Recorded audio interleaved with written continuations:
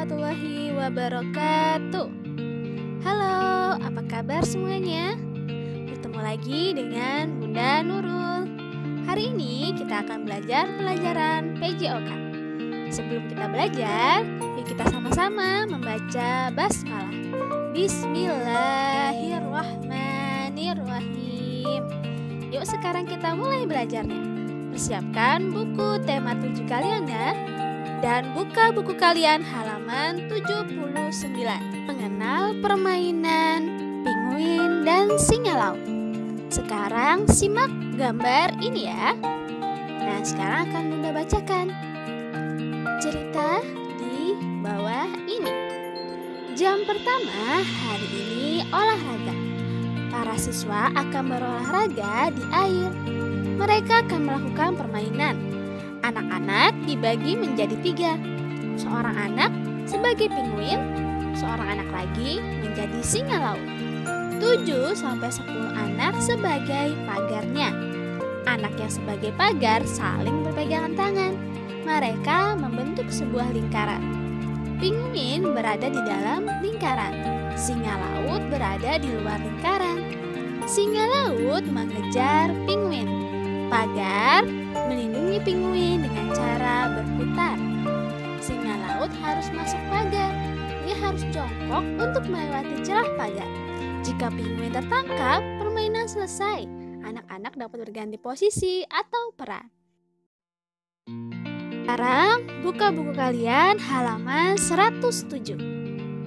Nah, tadi kita sudah belajar tentang atau mengetahui tentang permainan pinguin dan singa laut. Nah, sekarang Bunda akan menceritakan tentang permainan kelompok di dalam air atau permainan pipa sumur. Nah, perhatikan gambar ini ya. Kegiatan kelompok masih dilanjutkan. Anak-anak akan bermain di dalam air. Anak-anak menuju kolam renang. Mereka sangat senang. Anak-anak akan melakukan permainan. Mereka akan melakukan permainan itu di dalam kolam. Sebelumnya, mereka melakukan pemanasan. Salah satu siswa memimpin. Mereka melakukan gerakan menukuk dan memutar. Selanjutnya, permainan dilanjutkan. Anak-anak akan bermain pipa sumur. Mereka membutuhkan pipa paralon.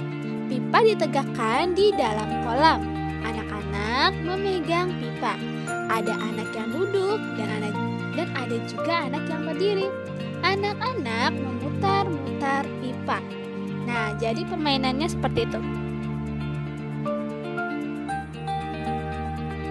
Nah, sekarang tugas yang pertama adalah kalian menceritakan tentang permainan pipa sumur di halaman 108. Kerjakan ya. Sekarang kita masuk pelajaran selanjutnya, yaitu di halaman 187. Melakukan permainan gendong di dalam air. Menggendong di air. Nah, dari permainan ini kita dapat mengetahui ya bahwa cara permainannya adalah kita berada di dalam air. Nah, anak-anak ini sedang berada di kolam renang. Jadi dia mengunjungi kolam renang ketika cuacanya sedang panas. Nah, Adi, jadi anak-anak ini ada yang namanya Adi dan beberapa temannya ingin lomba berjalan sambil menggendong temannya. Nah, jadi permainan ini harus dilakukan berpasang-pasangan. Mereka berpasangan dengan besar tubuh yang seimbang. Jadi kalau misalnya besar tubuhnya tidak sama, maka sebaiknya ditukar dengan tubuh yang sama ya. Setelah aba-aba, mereka mulai berjalan.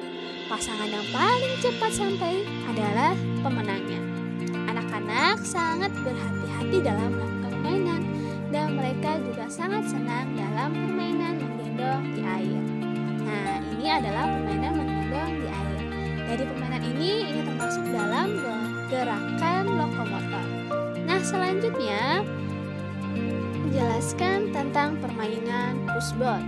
Permainan pushball adalah permainan lempar tangkap bola di air. Nah, jadi permainannya seperti ini ya. Sediakanlah 3 buah bola plastik berukuran sedang. Yang kedua, membuat sebuah barisan, 2 barisan. Barisan yang pertama pertama diisi 3 orang dan barisan yang kedua berisi 6 orang. Nah, setiap barisannya ini harus saling berhadapan. Contoh seperti pada gambar ini ya.